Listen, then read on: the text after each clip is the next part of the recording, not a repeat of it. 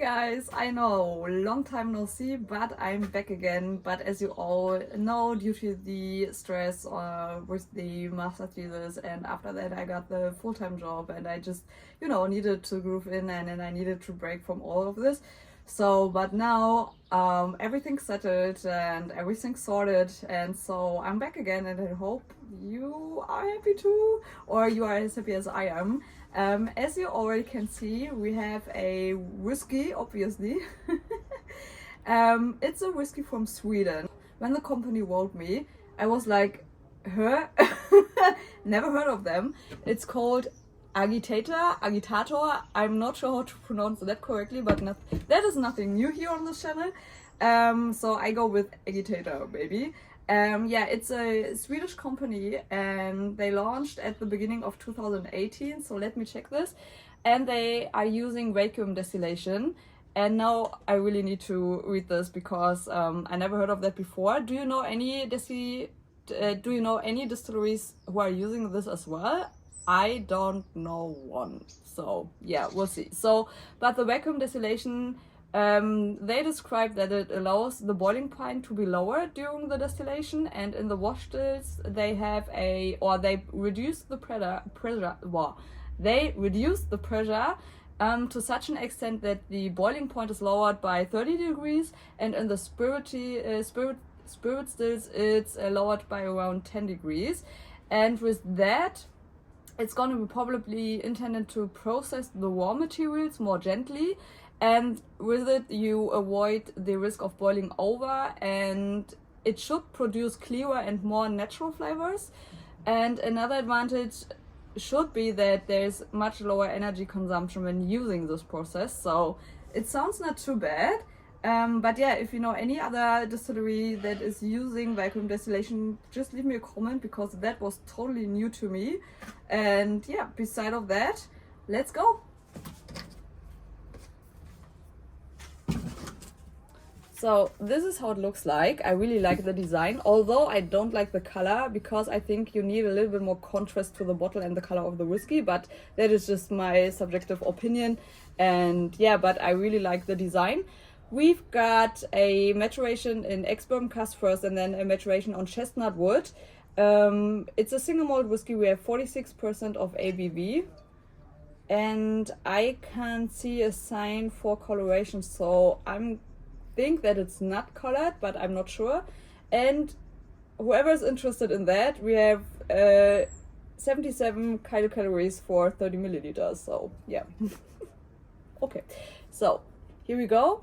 That is how the color looks like from the whiskey. I really like the reddish tone. Alright, so let's get started. Let's see if I still know how it works. So I'm really surprised about the nose, because from a chestnut maturation I'm expecting more, more spicy notes, but the nose is quite sweet. I got a really red apple, a sweet red apple, the big ones, and also like red wine gummies, but I don't get so much more. So it's very close in the nose. So let's see how it tastes. Skål, guys.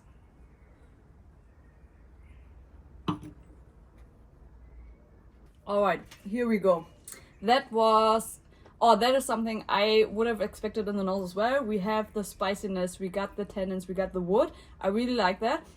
The sweetness, luckily, go to the background, because you all know I don't like sweet whiskeys. So it goes in the background. It fits very well there, because it's not too sweet, but it's not too spicy on the other hand as well. So we have a really nice interaction between them both. And then you get a espresso beans, a very dark roasted espresso beans, and an espresso with like dark chocolate.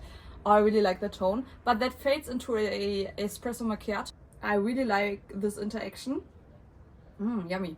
And if we go to the finish, the sweetness comes more in the foreground again. We stay with apples, but I also get like a kind of a cinnamon note. It's not cinnamon, but it goes into this direction. And luckily, but at the end of the finish, it's like a medium finish. It could have been longer, but it's okay. With the sweetness in the foreground, but then you get like little bit of a chili catch. It reminds me a little bit of the Talisker chili catch. Not so strong, but so that you have, you know, that the sweetness is not overwhelming again. I really like that. So I'm really surprised. I wouldn't have expected that after the nose, which is really like sweet. And then you get this taste. It's like, what? But luckily it is like that. Nevertheless, it's a very round whiskey. Despite the spiciness, or although you have the spiciness, you don't have the feeling that you have like a lot of edges and corners, which I really like. So it's a really easy sipper, luckily to the weather. And yeah, I really like that. It's a very round one, not too complex, but that's fine. And yeah, I'm really thankful that it's not this sweet as the nose would have suggested. So really good, well done guys. In Germany it costs around like 50 euros or 55 euros. You can buy it on Amazon, I think. And I have a code if you are interested. I just put it in the comments, then you get a little bit of discount. So yes, I really like that. And thanks to Agitator, I don't know, for providing the bottle. That was a really cool experience. And now I have another whiskey in my mind from Sweden, which is really cool. So I really hope that you have a great weekend. And this time I finally say, see you next week, guys. Bye bye.